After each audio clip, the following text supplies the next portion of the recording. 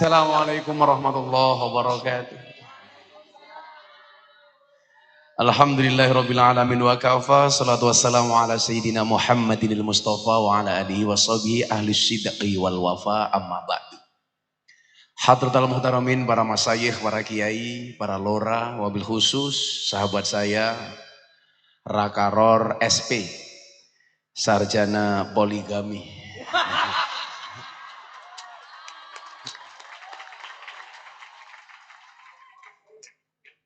Dan Bapak Ibu warga masyarakat Bangkalan yang berbahagia. Beli gorengan di pasar Minggu. Ada gajah minumnya susu. Hei orang Bangkalan, apa kabarmu? Izinkan Gus Miftah mengucapkan I love you.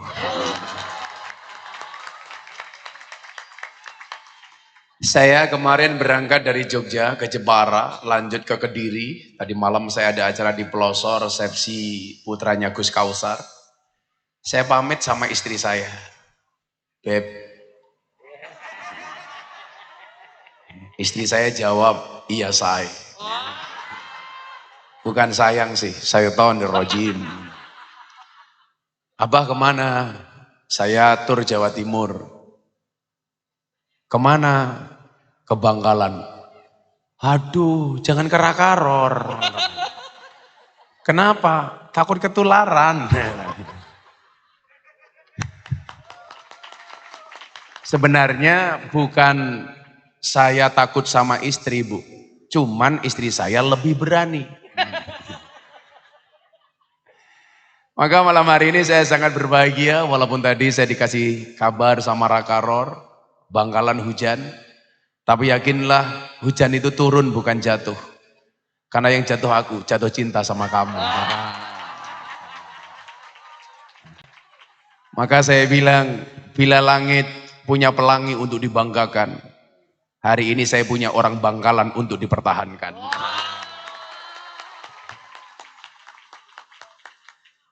Bapak Ibu yang saya muliakan, manusia itu dibagi menjadi dua golongan. Berapa Bu? Dua. Berapa golongan? Dua. Iya, dua golongan. Istrinya Rakaror ada dua. Jadi manusia dibagi dalam dua golongan. Dua. Iya dua. Pokoknya santai saja lah. Saya nggak mengarah kemana-mana kok. Cuman saya selalu bilang, beda pilihan itu boleh. Soal persahabatan itu nomor 1. Soal capres itu nomor 2. Dan tolong hiraukan pihak ketiga. Alhamdulillah kopinya datang. Kalau dikasih gula tolong jangan diaduk. Supaya manisnya di akhir. Kenapa? Karena kalau manisnya di awal sudah biasa kayak mulutnya suami. Iya.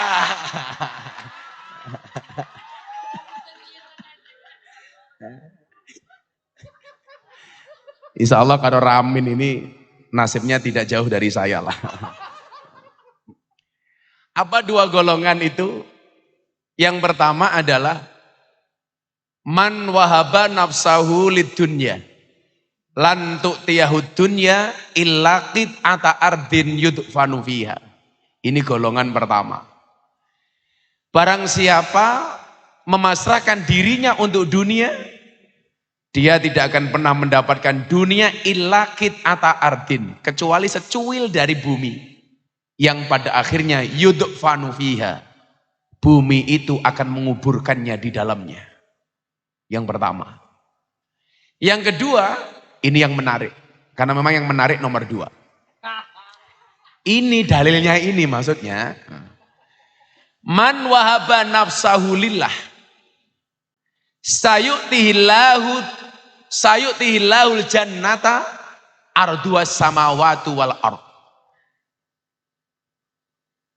Barang siapa menyerahkan dirinya untuk Allah, maka Allah akan memberikan surga yang luasnya seperti langit dan bumi. Nas'allahu ridhahu wal jannah. Nah, ada dua golongan ini. Yang pertama golongan orang yang menyerahkan dirinya hanya untuk urusan dunia. Tipikalnya, mohon maaf Ra, ini menghalalkan semua cara. Nggak kenal halal haram. Yang penting mendapatkan apa yang menjadi ambisinya. Nggak kenal terima kasih. Bahkan anjing sekalipun itu tidak akan pernah menggigit orang yang menolongnya. Tetapi orang yang berambisi dengan dunia, jabatan dan kuasa, dia akan menghalalkan semua cara. Bahkan bisa menggigit sekalipun orang yang membantunya. Makanya dalam Al-Quran itu ada ayat yang ini jarang banget dibaca oleh kiai. Karena nyindir banget. Walau syi'na la rafa'nahu biha walakinnahu akhlada ilal ardi wattaba'a hawa. Allah pengen mengangkat derajat kita semuanya, tetapi kita lebih cenderung ke urusan dunia. Wattaba'a hawa, dan kita memperturuti hawa nafsunya. Istri saya tanya, Abah kenapa setiap kalimat nafsu itu kok banyak dimulai dengan hawa? Karena yang bisa membuat nafsu adalah hawa. Makanya saya nggak suka dengan Adam. Sukanya Hawa. Karena Adam nggak menarik, lebih menarik Hawa. Itulah alasan kenapa perempuan lebih cerewet dibandingkan laki-laki. Karena perempuan Hawa, mulutnya mangap Hawa. Kalau laki-laki mingkem Adam, mulutnya tertutup. Maka kalau ada laki-laki cerewet, jangan-jangan casingnya Adam, isinya Hawa. Hanya kemarin Rakaror sama istri datang ke hotel saya di Aston Bu. Istrinya bilang sama saya, Gus Miftah kan sahabat artisnya banyak. Tolong dong carikan carikan istri untuk suami saya, artis.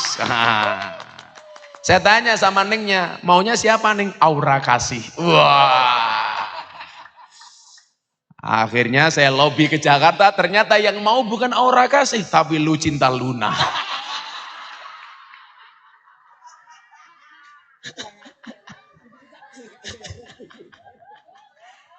Cantik Bu, tapi begitu saya peluk subhanallah businya keluar.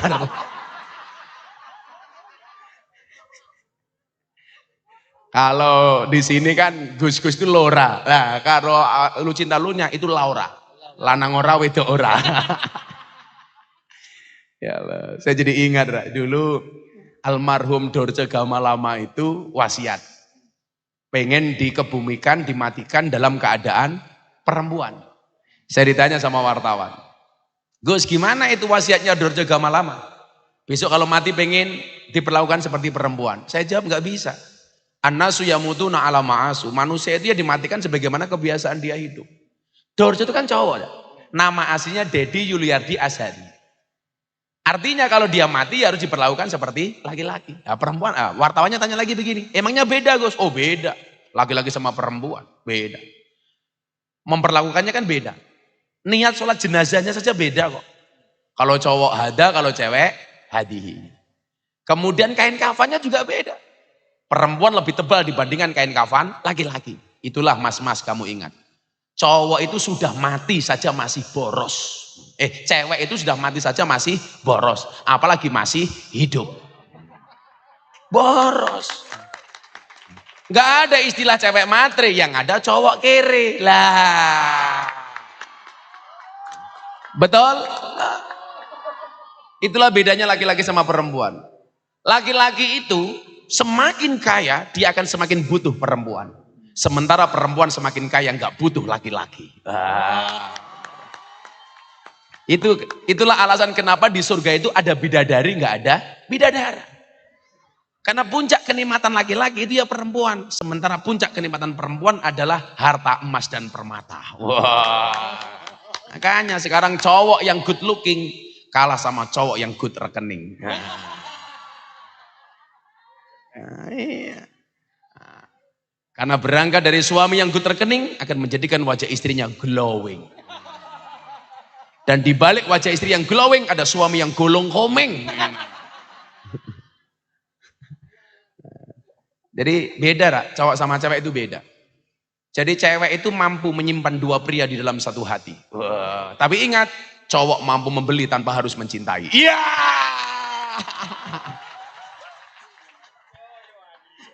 Saya wani.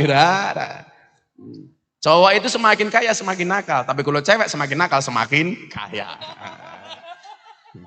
Makanya saya tadi masuk Bangkalan, itu banyak jalan berlubang. Saya bilang, itulah bedanya Surabaya sama Bangkalan. Kalau Bangkalan banyak jalan berlubang, kalau Surabaya banyak lubang berjalan.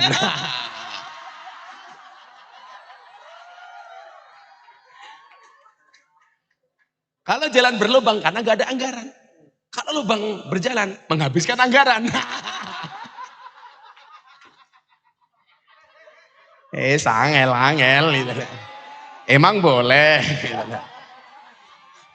Enggak bahaya tah. Kalau enggak bahaya tah tuh bahasanya solu community apa? Layadurru tah. Layadurru tah. Saya bilang beda. Belum lagi doanya. Kalau laki-laki mati, doanya kan juga beda. Allahumma fir lahu. Perempuan mati, Allahumma fir laha. Laki-laki hu, perempuan ha. Kalau banci, huha. Jadi Allah pengen mengangkat derajat kita setinggi-tingginya. Walakinnau akhlada ilal ardi wattaba'a hawa. Kita mengikuti hawa nafsu, cenderung kepada urusan dunia.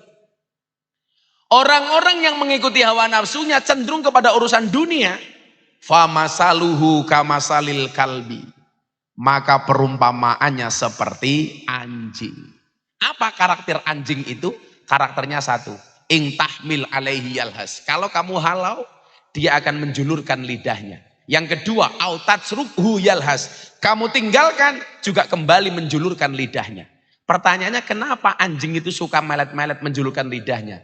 Seolah-olah pengen memakan dunia seisinya. Tapi begitu dikasih tulang satu saja, anjing puas. Demikian juga orang yang ketika punya ambisi, menghalalkan semua cara. Itu seperti anjing. Makanya itulah bedanya anjing di Amerika sama anjing di Indonesia. Kalau di Amerika anjing seperti teman, di Indonesia banyak teman seperti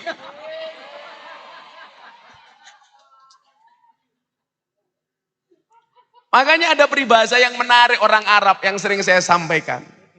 At-imil kalba salasa ayamin sayadkuruka fi salasi sanawatin. Berikanlah makan kepada anjing 3 hari, maka anjing itu akan mengingatmu selama 3 tahun. Wad'imin nas salasa sanawatin sayang saka fi salasi ayamin. Tapi berikanlah makan kepada manusia 3 tahun, dia akan melupakanmu selama 3 hari. Berarti mohon maaf Bu, kadang-kadang lebih baik manusia apa anjing Bu? Anjing. Coba anak-anak tak tes, kalau bisa tak kasih duit. Sorry, kalau soal sawer nggak kalah sama Haji Her. Paling viral lagi. Tadi Haji Her saya ke rumahnya beliau. Kebetulan beliau hari ini harus berangkat ke acara muslimat di GBK. Terus sampaikan salam saya kepada jamaah Solu Community. Saya mengucapkan salam dari Haji Her. Assalamualaikum warahmatullahi wabarakatuh. Haji Her bilang sama saya, setiap tamu yang datang itu Gus, saya minta untuk bagi duit. Gak ada yang viral. Kenapa yang bagi Gus Miftah malah viral katanya. Jadi semua orang gak bisa membuat viral Haji Her kecuali Gus Miftah. Nah, siapa tahu pulang dari Solu Community viral lagi. Diisukan Gus Miftah nambah istri. Ya Allah. Tapi insya Allah saya termasuk suami yang setia. Karena saya punya prinsip, lelaki yang hebat bukan lelaki yang mencintai banyak wanita, tetapi mencintai satu wanita dengan banyak cara. Ya.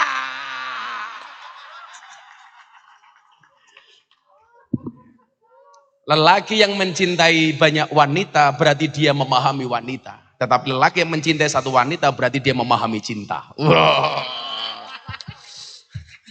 Itu kata lain dari wedi. Nah, itu kata lain dari wedi. Ya Allah. Gak apa-apa lah. Tapi alhamdulillah saya kesini istri saya langsung mau dimadu. Asalkan syaratnya saya mau diracun.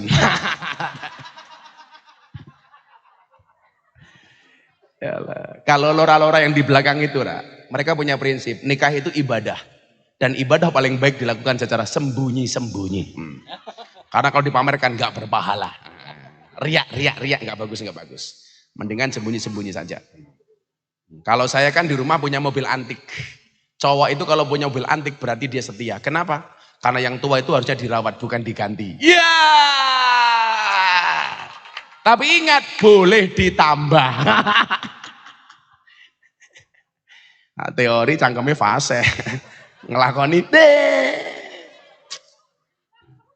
Pokoknya yang dibentak sama istrinya biasa saja itu cuma rakaror. Kalau kiai-kiai yang lain tuh ya Allah sealim-alimnya kiai dibentak istrinya goblok mendadak. Tadi saya bilang, saya itu mengamati hampir semua film yang menakutkan itu rata-rata bintang filmnya cewek. Nyi Roro Kidul cewek, Sundel Bolong cewek, Mak Lampir cewek, Wewe Gombel cewek. Pertanyaannya kenapa semua film horor bintang filmnya pasti cewek? Karena makhluk yang paling menakutkan dan horor adalah cewek. Tapi kalau film yang lucu-lucu rata-rata bintang filmnya cowok. Ipin Upin cowok, Unyil cowok, Mr. Bean cowok, Dono Kasino Indro cowok. Kenapa? Karena makhluk yang selalu mengalah dan jadi korban adalah cowok. Nah, setuju. Nah. Makanya kenapa semua hewan kurban itu pasti jantan, Ra? Sapi jantan, unta jantan, domba jantan, kambing jantan. Kenapa semua hewan kurban harus jantan? Karena kalau betina jangankan berkorban, mengalah saja tidak mau. Ciri-ciri cewek yang tidak pernah mau mengalah adalah jilbabnya coklat. Gitu.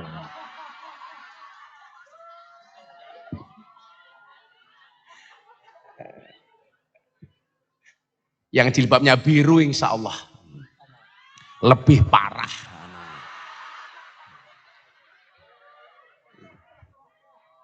Jadi ini orang-orang yang menghalalkan semua cara.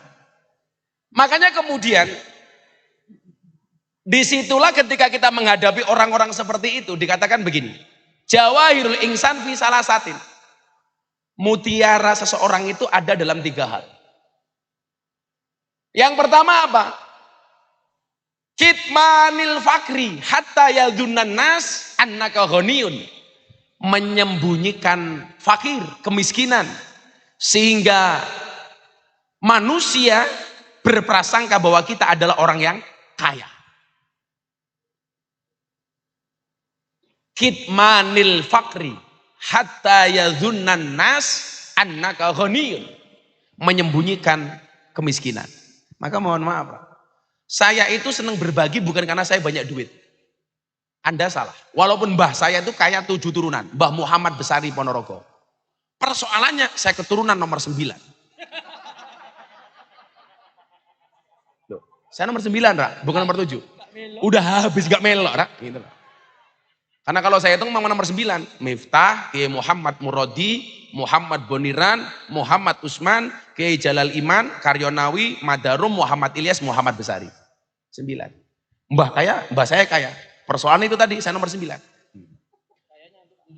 7 turunan. Kayak saya ini sebenarnya gantengnya turunan. Persoalan jalannya nanjak terus ya. Jadi nggak ganteng-ganteng. Gitu. Tapi dari dulu saya nggak pernah kemudian menampakkan kemiskinan saya. Dulu ketika saya menikah nggak punya apa-apa. Istri saya itu kan korban pembohongan saya. Ya, ya kan laki-laki minimal nggak punya duit ya minimal harus pintar ngomong lah. Gitu loh. Betul Bu? Gitu loh. Karena saya tahu laki-laki itu kelemahannya di mata, perempuan itu kelemahannya di telinga. Maka semakin laki-laki pintar gombal, itu perempuan pasti kelepek-kelepek. Laki-laki kelemahannya di mata. Makanya cowok itu kalau lihat cewek di jalan dia pasti teriak, wow. Pulang lihat istrinya, weh. Wow dan weh. Akhirnya kita menikah. Begitu menikah saya tinggal di PMI, Perumahan Mertua Indah. Rumah mertua saya RSS, SSSS. Rumah sangat sederhana sekali sehingga selonjor saja susah. Maka waktu itu hidup saya mau 5, madep mantep mangan melu marotua. Akhirnya M10 Ra, madep mantep mangan melu marotua muring-muring menantu meneng mawon. Nah, akhirnya M15, madep mantep mangan melu marotua muring-muring menantu meneng mawon, marotua mati menantu melu marisi. Ya. Mertua saya cuma jawab 1, M1, apa? Matamu. Nah, langsung saya jawab patek jeleng gitu.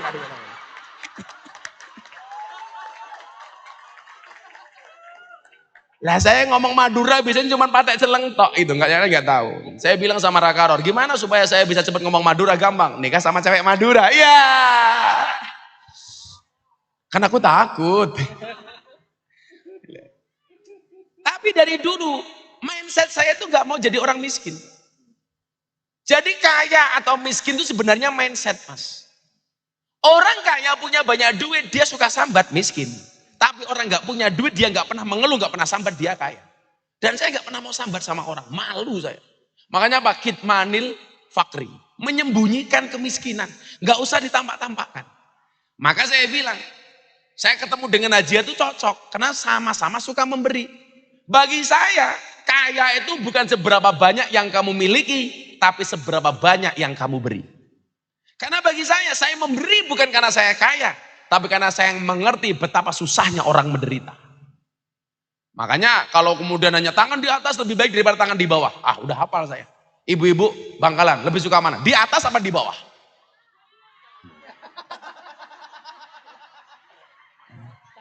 Bisa habis. Di atas gitu loh. Kitmanil Fakri menyembunyikan kemiskinan. Jangan ditampak-tampak. Kemudian yang kedua apa? Kitmanil ghadabi hatta yadunan nas annaka radin. Menyembunyikan marah sehingga orang mengira kamu adalah orang yang ridho. Dan kalau belajar kitmanil ghadab, menyembunyikan rasa marah, saya justru dapat ilmunya tidak dari kiai, justru dari Pak Prabowo Subianto. Dia dibuat malu oleh orang yang pernah ditolongnya. Dia dipermalukan di hadapan seluruh bangsa Indonesia. Yang membuat malu siapa? Orang yang pernah didukungnya. Saat itu kemudian orang-orang di belakangnya tim sukses termasuk Mutia Hafid, ketua komisi 1 bilang begini, Pak Prabowo, ini ada pertanyaan yang dia berpotensi tidak bisa menjawab supaya dia malu. Apa jawaban Pak Prabowo? Cukuplah saya yang malu, jangan membuat orang lain malu. Ini bagi saya apa? Kitmanil ghadab. Berarti dia wal afina anin nas. Memaafkan manusia. Saya pas debat pertama kan ngikut. Saya di belakangnya Pak Prabowo. Ketika ditanya soal etika. Ada pertanyaan yang memungkin ketika kemudian dipertanyakan balik, orang itu akan malu. Pak Prabowo bilang, nggak usahlah, sudah cukup saya saja. Ini bagi saya orang yang kitmanil ghadab. Orang yang mampu menyembunyikan amarahnya. Maka Bu, mohon maaf ya. Kalau Anda tanya sama saya, Gus, kenapa Gus Miftah itu mengkampanyekan Mas Prabowo? Saya itu bukan tim kampanye, Bu. Saya bukan relawan. Saya hanya orang yang sekedar mencintai Pak Prabowo. Saya bilang sama Pak Prabowo, sama halnya saya mencintai Rakaror. Cinta saya kepada Rakaror itu seperti air kencing di dalam kolam renang. Maksudnya apa? Wujudnya tidak nampak, tapi hangatnya bisa dirasakan. Ono liyane yo, air kencing. Air kencing lah. Rano liane. Saya bilang begini ya. Saya tuh ngetesnya gampang kok. Mas Prabowo, apa sih keinginan sampean pengen jadi presiden? Gus, saya hanya pengen mengembalikan hak-hak warga negara Indonesia. Saya pengen kembali membuat warga negara Indonesia itu tersenyum. Dan di saat warga negara Indonesia sudah tersenyum karena haknya telah kembali, saya pengen mati dalam keadaan tersenyum. Artinya begini, kalau kemudian yang kedua tadi, man wahaban nafsahu lillah, itu Pak Prabowo. Karena orang yang sudah finish by himself, dia sudah tidak punya kepentingan apapun. Hidupnya sudah cukup. Gus, tapi kan Pak Prabowo nggak punya istri. Nanti dulu. Istri itu bisa bermakna dua hal. Bisa menjadi support system terbaik untuk suaminya, sebagaimana istrinya Rakarot. Tapi juga bisa menjadi penghancur terhebat untuk suaminya, seperti istrinya Ferdi Sambo. Loh, nggak bahaya tak? Cah kendel kok. Tapi juga bisa menjadi gojek-gajek untuk suaminya, seperti istrinya Raanas. Oh nggak duwe, oh berarti OTW. Seperti nikah lagi Ra, gitu loh. Masa nggak ada bedanya sama keran Ra. Untuk kencing toh. Nah, justru beliau itu sudah nggak ada yang ngatur lagi. Kalau ngatur ketua umum partainya beliau. Siapa yang mau ngatur? Banyak pejabat yang kemudian rusak justru oleh istrinya. Suaminya sudah tidak pamer, istrinya malah pamer. Akhirnya kena masalah. Makanya saya bilang, para istrinya pejabat itu seharusnya memperlakukan uang itu seperti apa? Kekayaan itu seperti celana dalam, boleh dipakai tapi nggak usah dipamerkan. Yang suka pamer celana dalam itu cuma satu, Superman, goblok, pakai sempak di luar gitu. Lebih goblok lagi, badannya besar, basuhnya S, goblok, harusnya XL gitu loh.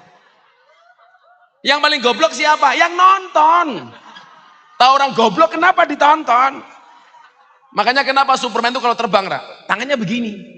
Kenapa nggak dua-duanya di depan? Karena yang satu pegang sempak. Supaya nggak melotrok itu loh.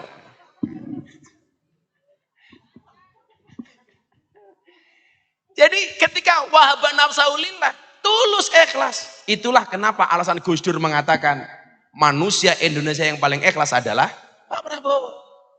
Karena sudah nggak punya kepentingan apapun. Saya ditanya sama wartawan, emangnya kalau Gus Miftah, Pak Prabowo jadi presiden, Gus Miftah mau jadi menteri? Enggak. Saya nggak mau jadi menteri, rugi saya jadi menteri. Kalau saya jadi menteri, saya nggak bisa ngaji. Ketemu kiai-kiai nggak salam tempel, nggak pantas. Lagian yang kedua, orang Bangkalan ngundang saya ngaji. Kalau saya jadi menteri, gratis semua orang. Masa menteri amplopan kan nggak pantas. Ngamplop. Malah ngamplopi. Maka saya bilang enggak. Pak Prabowo nawari saya menteri agama, saya bilang enggak. Saya justru akan menjadi orang pertama yang akan menagih janji-janji kampanye Pak Prabowo. Akan mengawal program-programnya Pak Prabowo. Saya nggak butuh jabatan, Mas.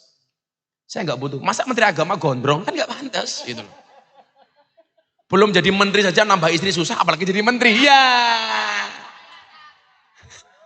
Mudah-mudahan istriku nggak nonton ya Allah.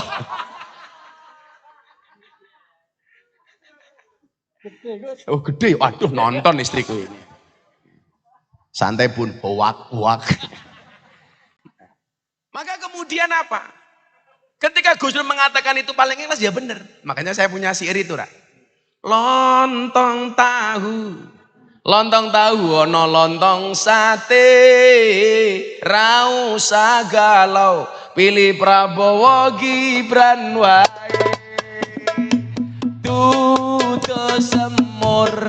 Dudu semur diwadahi gelas, dawuhe Gus Dur, Pak Prabowo paling ikhlas. Allahumma salim ala sayyidina wa maulana Muhammadin.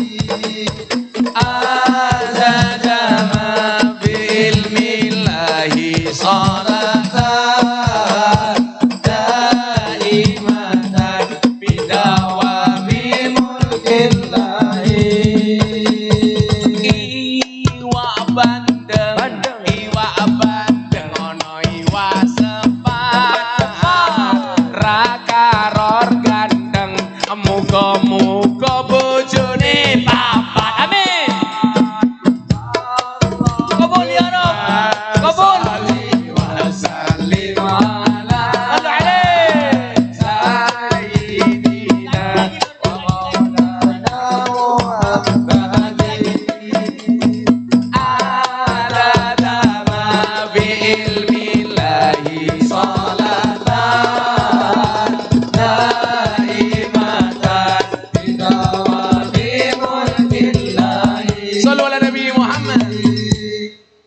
Dolan ning sawah adus ning kali, kayu nongko digawe lemari, rakaror gagah dan rajin ngaji, banyak janda yang minta dinikahi. Ya.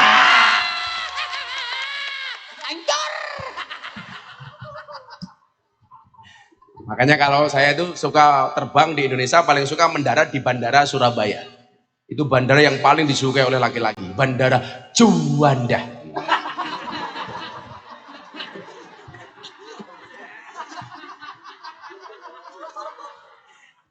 Karena hidup ini memang indah bila disertai dengan janda dan tawa.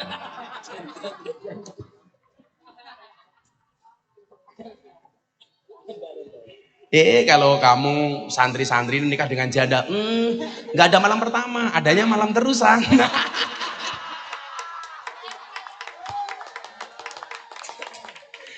Dikeloni malah jawab, wes tahu.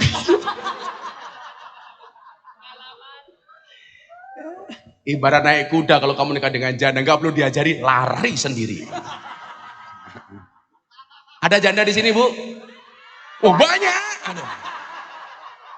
Wahai para janda, yakinlah bila cinta pertamamu meninggalkan luka, yakinlah cinta keduamu insya Allah menghadirkan surga. Iya. Siapa tahu kan pulang pengajian dinikah sama Rakaror. Tapi ya jangan tua-tua, Ra. Yang muda saja. Kalau Rakaror nikah dengan janda tua berpotensi mati duluan. Kan bisa keracunan. Susu kadaluarsa.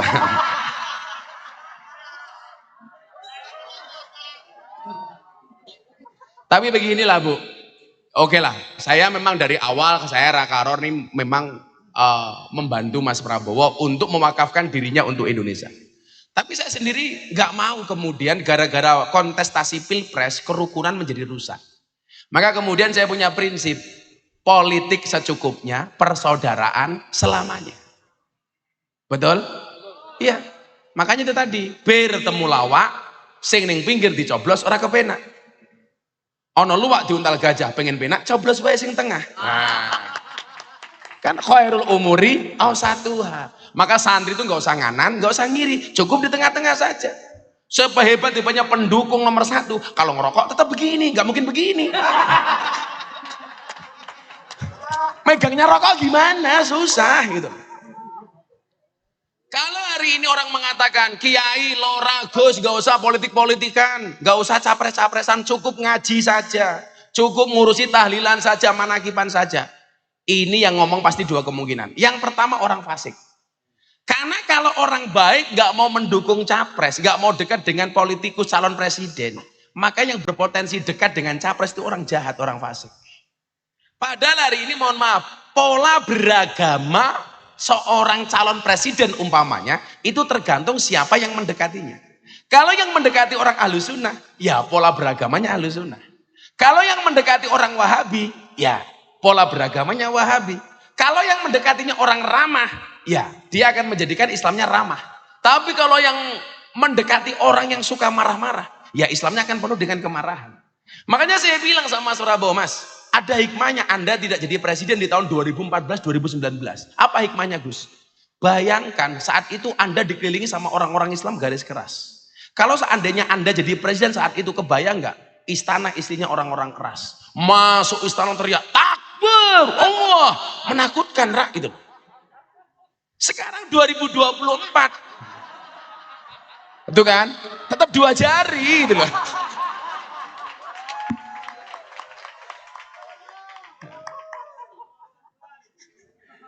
Kalau sekarang coba penampilan Pak Prabowo, santuy, gemoy, oke gas itu.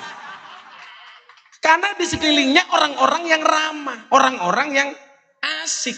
Makanya Ibnu Athaillah kan mengatakan, la tashab man la yunhiduka haluhu wa la yadulluka 'alallahi maqaluhu. Ini menunjukkan apa? Sikap seseorang itu ya tergantung siapa yang ada di circle-nya.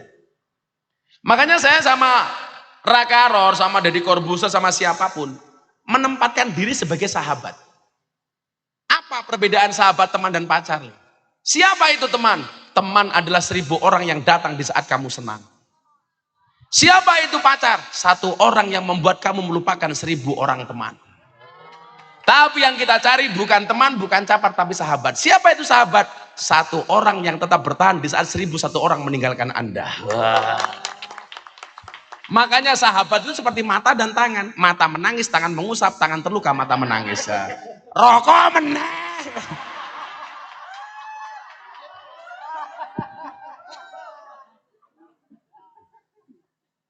Maka saya bilang, 1 orang sahabat yang memahami air matamu itu lebih baik daripada 1000 orang teman yang hanya bisa melihat canda dan tawamu. Wah.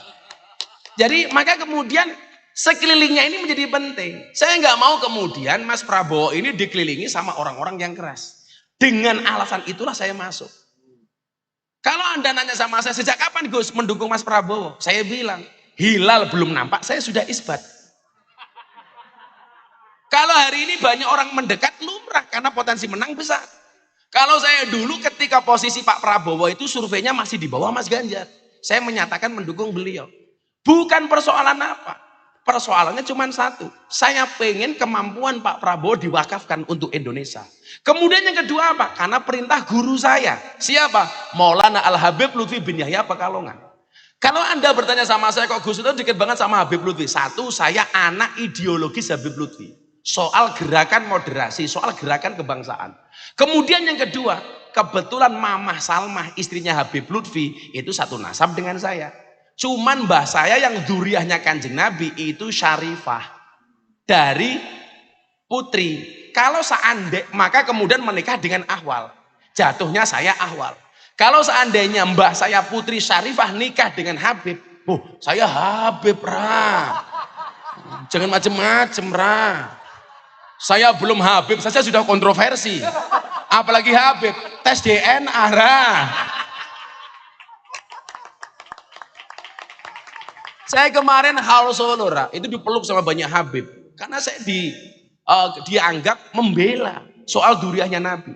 Gara-gara saya ketika maulid halal bilhalal akbar di Kanjus Sholawat bersama Jatman, saya bilang, bagaimana sikap Gus Miftah terhadap orang yang meminta Habib Lutfi untuk tes DNA?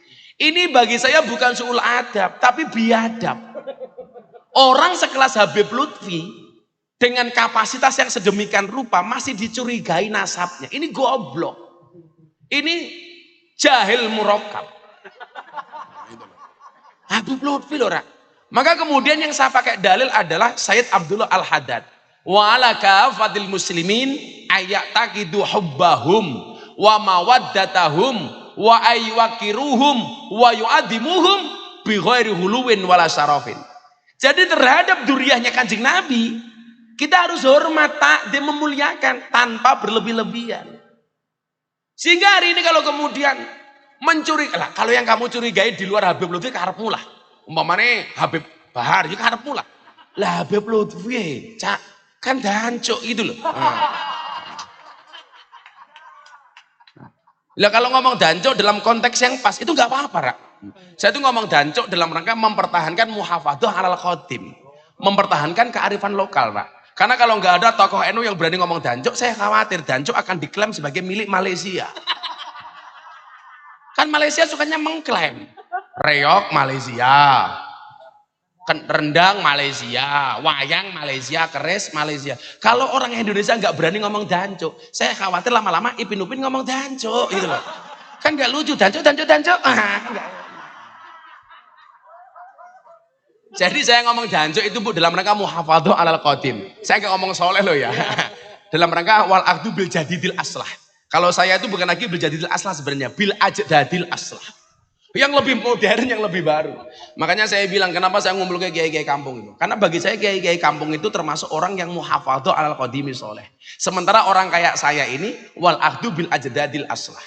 Ngopeni begenggek, purel, elsi, lonte dan lain sebagainya. Karena itu menyenangkan, Ra, gitu loh. Kan kalau Rakaror bisa menikmati, kalau saya hanya bisa melihat. Kayak saya bagi mukena kemarin di Gang Sono Tretes Pasuruan. Saya membagi 580 mukena untuk mbak-mbak PSK. Termasuk yang membagi Ranas. Gitu loh. Sebenarnya dia niatnya tidak membagi sih, gambar. Kemarin Ramadan mereka nggak pulang, Ra. Disepakati sebelum bekerja mereka harus terawih berjamaah menggunakan mukena dari Gus Miftah. Selesai terawih kerja lagi. Saya tanya, laku nggak Mbak? Alhamdulillah Bah laku. Kok bisa berkahnya Abah?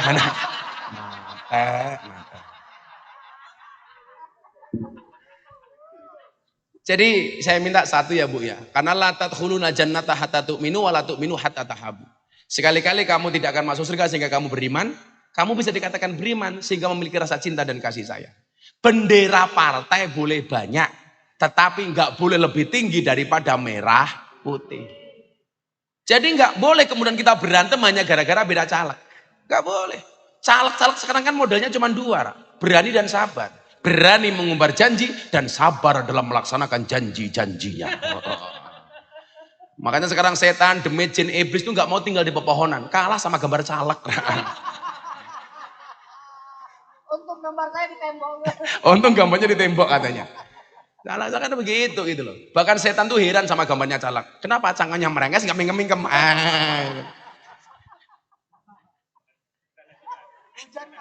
Hati-hati sekarang. Kalau orang biasanya merengut, cemberut, kok mendadak suka tersenyum. Jelas mulutnya caleg. Iya, itu ya. Nggak pernah ngaji, tahu-tahu beli peci NU. Iya, itu caleg. Makanya yang suka beli peci NU saya doakan, masuk surga. Pecinya. Kemudian yang terakhir adalah kitmani syiddah hatta yadhunnan nas annaka mutanaim. Menyembunyikan rasa sedih, rasa sakit, sehingga orang mengira kita banyak nikmat.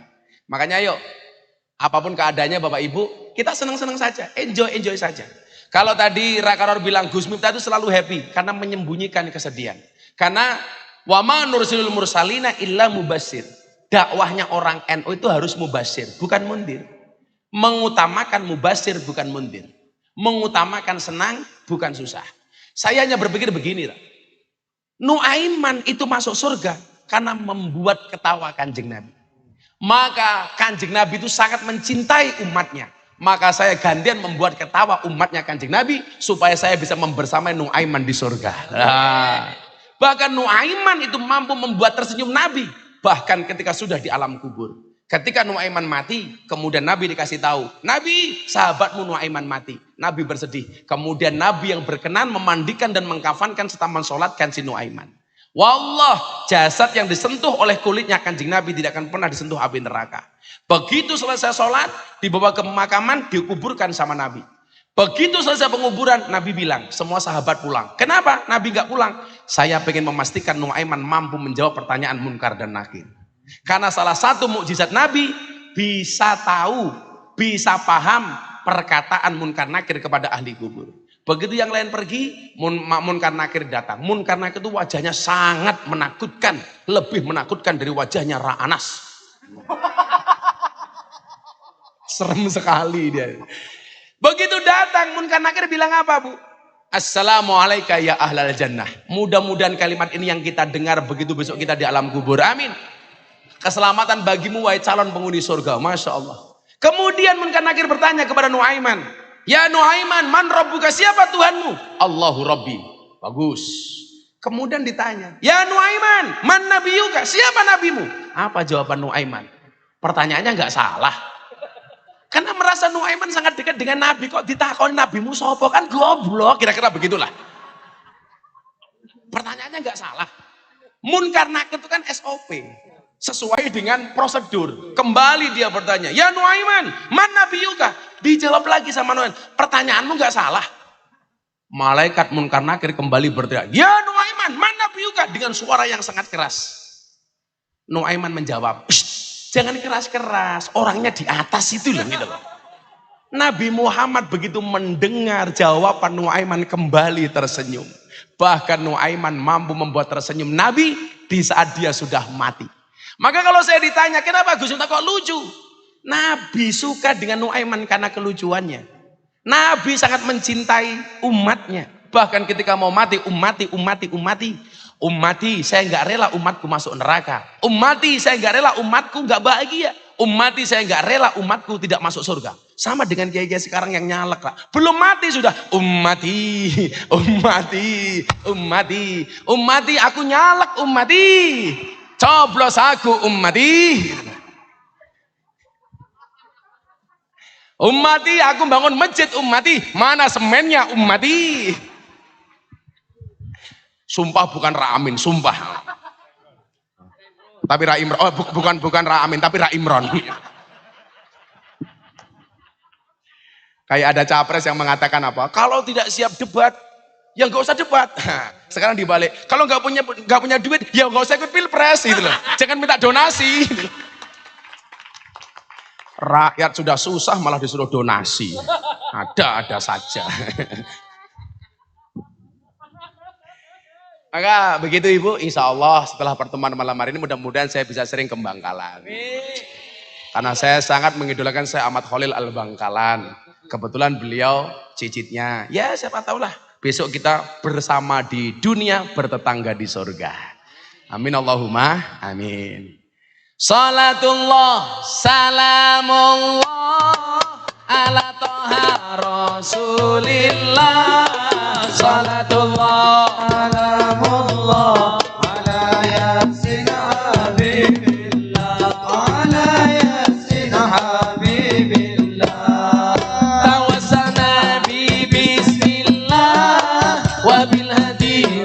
Rasulillah wa kulli mujahidin lillah bi ahlil badri ya Allah bi ahlil badri ya Allah. Joko dikir minumnya kopi ditanam di pinggir kali. Ayo berpikir tentang negeri ini, kalau bukan Prabowo siapa lagi? Kalau bukan Prabowo siapa lagi? Salatullah salamullah ala Toha Rasulillah. Salatullah salamullah ala Yasin Habibillah, ala Yasin Habibillah.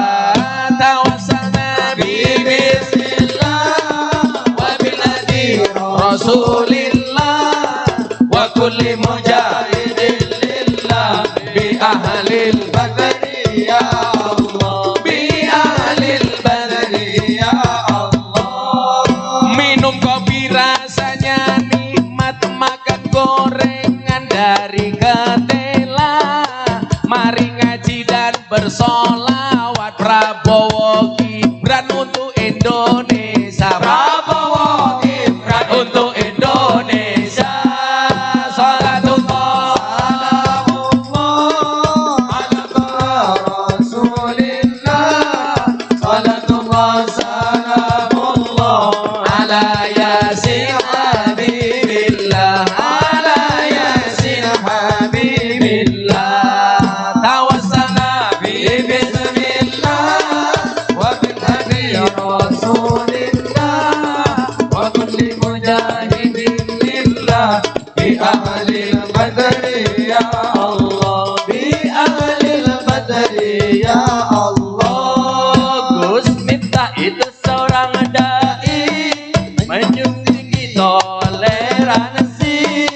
Mari kita jaga NKRI. Prabowo Gibran untuk negeri ini. Prabowo Gibran untuk negeri ini. Gus Miftah pendakwa yang beken, pilihan kami sudah paten. Prabowo gemoy Gibran keren. Bismillah siap jadi presiden. Bismillah siap jadi presiden. Salatullah ala Toha Rasulillah.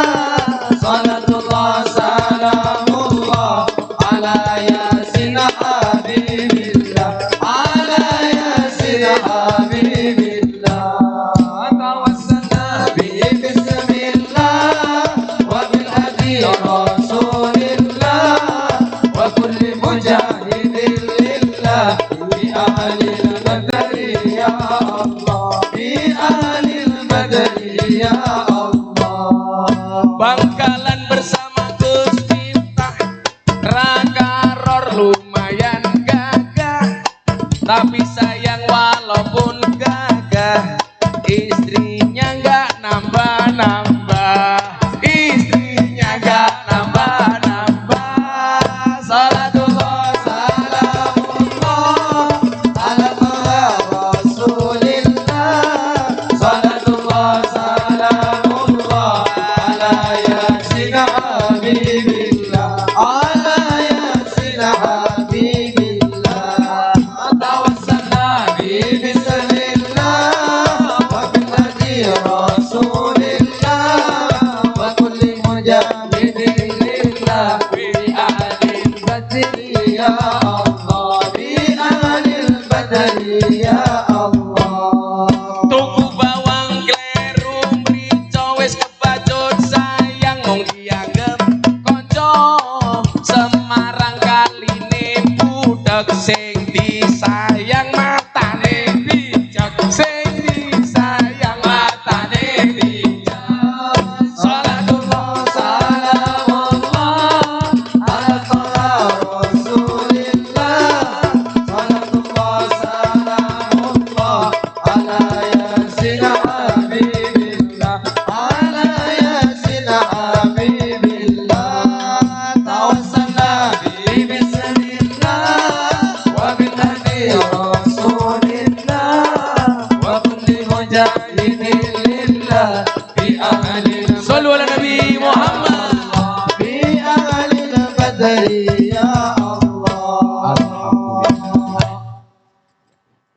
Saya Raya sudah jam 1, jam 2. Karena jam saya isinya 2 semua. Yang jelas Bapak Ibu, jam 2 semua. Yang jelas istrinya ya 2. OTW digebuki bojoku. Jadilah pendukung capres yang cerdas, bukan yang tolol. Siapa itu pendukung capres yang tolol? Pendukung yang cerdas itu adalah pendukung yang mengkampanyekan kebaikan-kebaikan calon yang didukungnya tanpa harus menjelek-jelekkan calon lainnya. Itu saja kalau saya. Jadi jangan menjelek-jelekkan calonnya orang lain. Saya yakin, saya itu dengan Mas Ganjar dekat, dengan Mas Anies dekat, dengan Mas Prabowo dekat banget. Iya. Dengan Mas Ganjar saya baik, dengan Mas Anies baik, dengan Mas Prabowo ya itu. Tapi bukan berarti saya harus menjelek-jelekkan yang lainnya. Siapapun yang maju insya Allah kader terbaik Indonesia. Dan siapapun yang jadi ya itu insya Allah sudah pasti nomor 2. Kabul. Karena kan ada 1 itu kan surat Fatihah, 2 surat Al-Baqarah, 3 surat Ali Imran. Al-Fatihah ayatnya 7. Ali Imran ayatnya 200, Al-Baqarah 286. Itu artinya Pak Prabowo menang 1 putaran. Wah. Wayai. Wayai apa mana? Oh, ada wayai. Wayai Indonesia maju, Prabowo Gibran itu pilihanku. Jangan sampai salah memilih pimpinan bagus kita. Insya Allah aman ya Rasulullah. Salamun alaihi. Allahumma salli alaihi. Rabi'a syai wa taraji. Adfat yaji.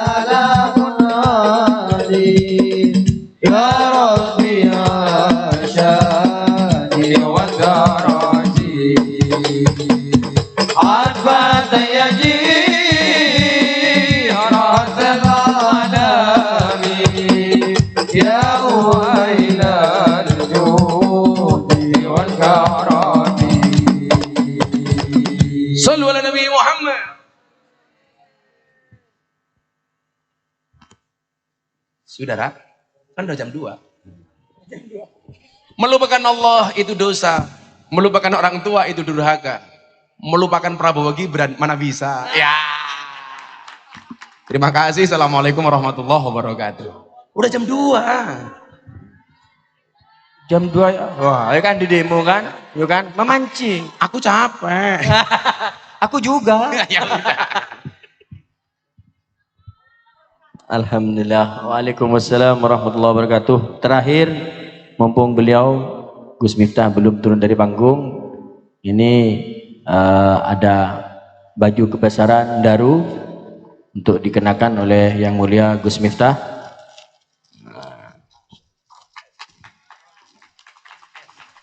Iya. Kenapa harus S? Kalau bisa M. Aku kecil.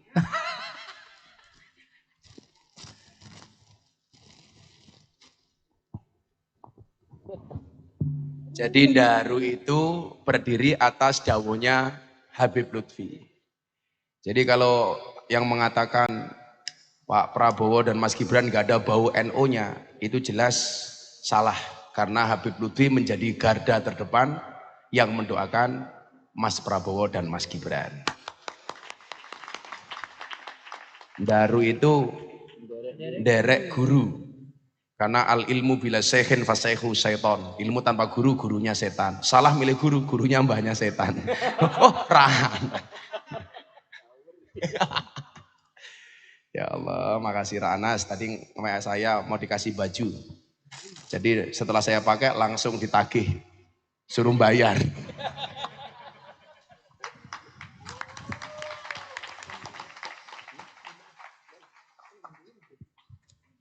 Ayo, sama Rakaror juga pakai.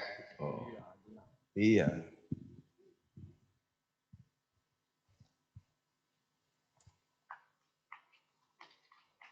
Tepuk tangan untuk Rakaror.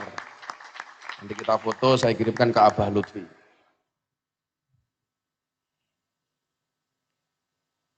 Rambutnya kita sama-sama panjang, Ra.